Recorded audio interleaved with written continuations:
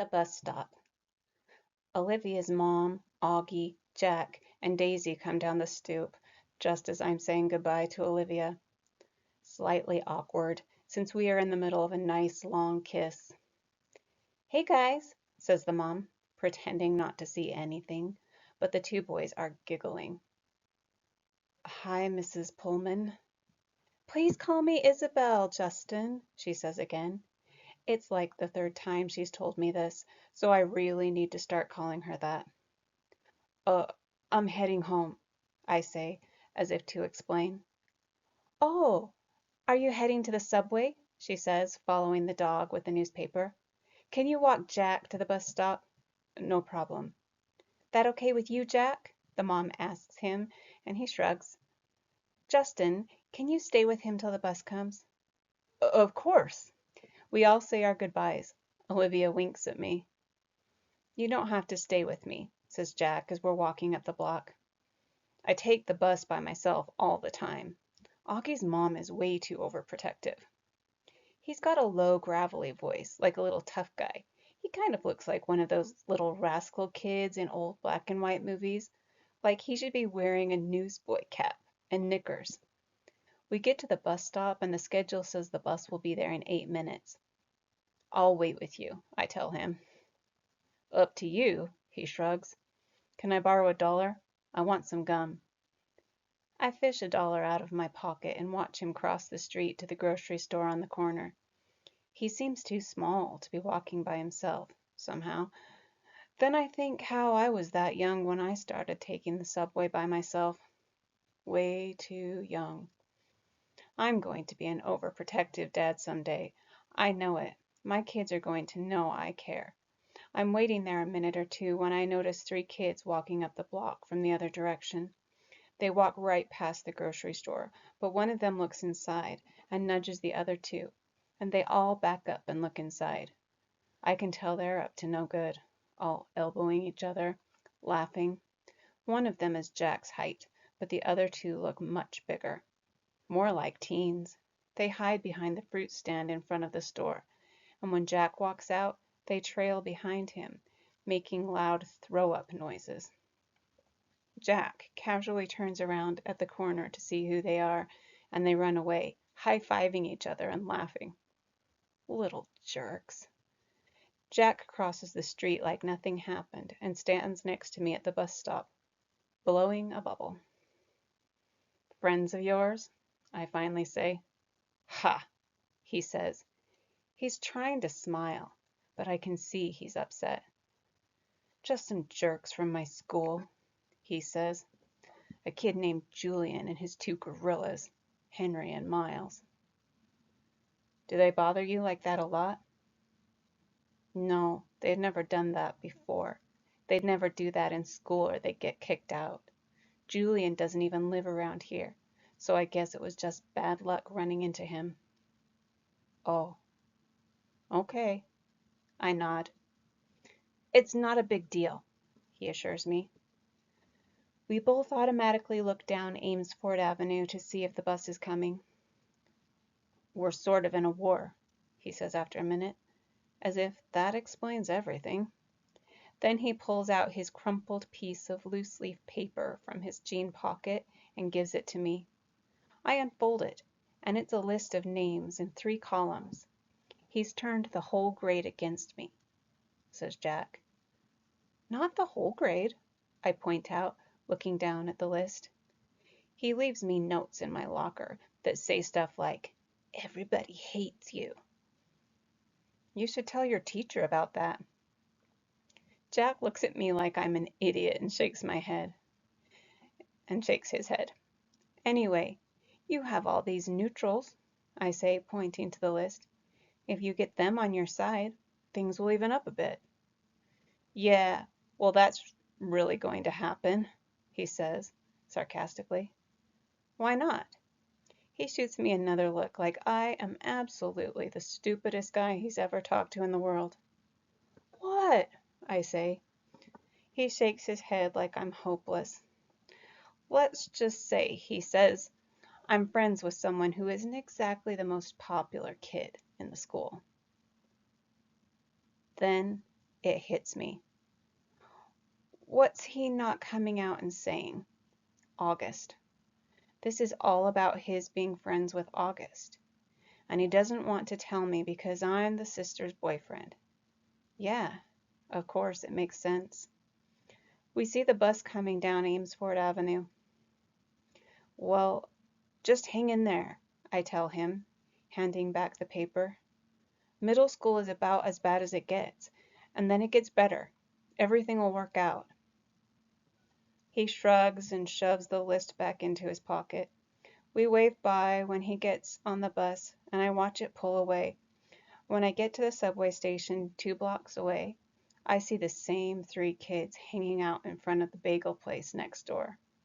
They're still laughing and yucking each other like they're some kind of gangbangers.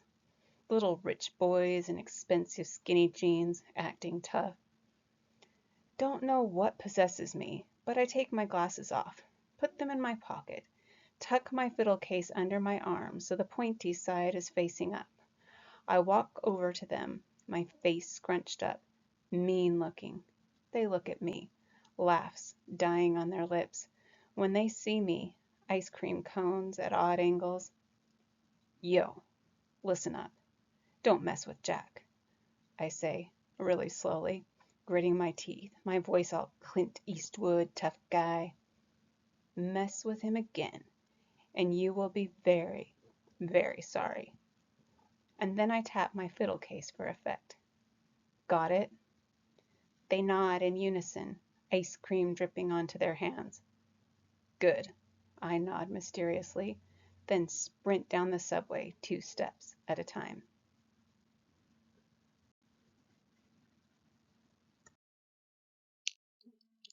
Rehearsal. The play is taking up most of my time as we get closer to opening night.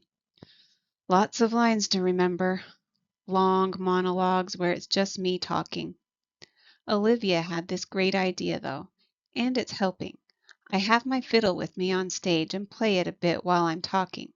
It's not written that way, but Mr. Davenport thinks it adds an extra folksy element to have the stage manager plucking on a fiddle. And for me, it's so great because whenever I need a second to remember my next line, I just start playing a little Soldier's Joy on my fiddle, and it buys me some time. I've gotten to know the kids in the show a lot better, especially the pink-haired girl who plays Emily. Turns out she's not nearly as stuck up as I thought she was, given the crowd she hangs out with. Her boyfriend's this built jock who's a big deal on the varsity sports circuit at school. It's a whole world that I have nothing to do with. So I'm kind of surprised that this Miranda girl turns out to be kind of nice. One day we're sitting on the floor backstage waiting for the tech guys to fix the main spotlight. So, how long have you and Olivia been dating? She asks out of the blue. About 4 months now, I say. Have you met her brother? She says casually. It's so unexpected that I can't hide my surprise. You know Olivia's brother? I ask. Via didn't tell you? We used to be good friends. I've known Augie since he was a baby. Oh, yeah, I think I knew that, I answer. I don't want to let on that Olivia had not told me any of this. I don't want to let on how surprised I am that she called her Via. Nobody but Olivia's family calls her Via. And here this pink-haired girl, who I thought was a stranger, is calling her Via. Miranda laughs and shakes her head, but she doesn't say anything. There's an awkward silence, and then she starts fishing through her bag and pulls out her wallet. She rifles through a couple of pictures and then hands one to me. It's of a little boy in a park on a sunny day. He's wearing shorts and a t-shirt and an astronaut helmet that covers his entire head. It was like 100 degrees that day, she says, smiling at the picture. But he wouldn't take that helmet off for anything. He wore it for like 2 years straight. In the winter, in the summer, at the beach. It was crazy. Yeah, I've seen pictures in Olivia's house. I'm the one who gave him that helmet, she says. She sounds a little proud of that. She takes the picture and carefully inserts it back into her wallet. Cool, I answer. So you're okay with it? She says, looking at me. I look at her blankly. Okay with what? She raises her eyebrows like she doesn't believe me. You know what I'm talking about, she says, and takes a long drink from her water bottle. Let's face it, she continues, the universe was not kind to Augie Pullman.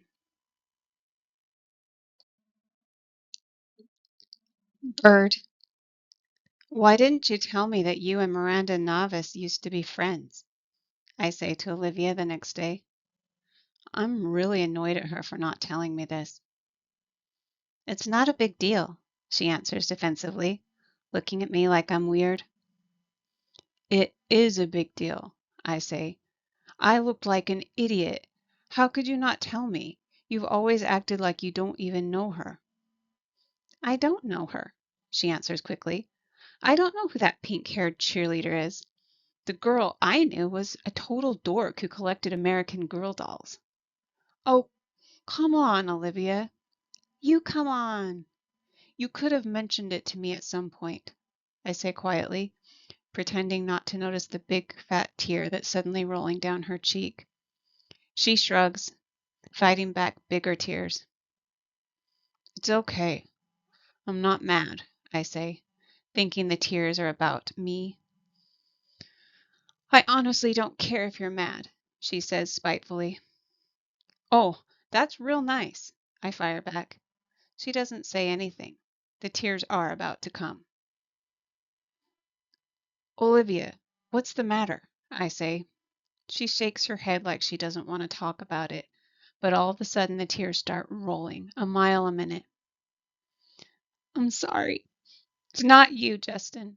I'm not crying because of you, she finally says through her tears. Then why are you crying? Because I'm an awful person. What are you talking about? She's not looking at me, wiping her tears with the palm of her hand. I haven't told my parents about the show, she says quickly. I shake my head because I don't quite get what she's telling me. That's okay, I say. It's not too late. There are still tickets available. I don't want them to come to the show, Justin, she interrupts impatiently. Don't you see what I'm saying? I don't want them to come. If they come, they'll bring Augie with them. And I just don't feel like. Here she's hit by another round of crying that doesn't let her finish talking. I put my arm around her. I'm an awful person, she says through her tears. You're not an awful person, I say softly. Yes, I am, she sobs. It's just been so nice being in a new school where nobody knows about him, you know? Nobody's whispering about it behind my back. It's just been so nice, Justin. But if he comes to the play, then everyone will talk about it. Everyone will know. I don't know why I'm feeling like this. I swear, I've never been embarrassed by him before. I know, I say, soothing her. You're entitled, Olivia. You've dealt with a lot your whole life. Olivia reminds me of a bird sometimes, how her feathers get all ruffled when she's mad, and when she's fragile like this, she's a little lost bird looking for its nest. So I give her my wing to hide under.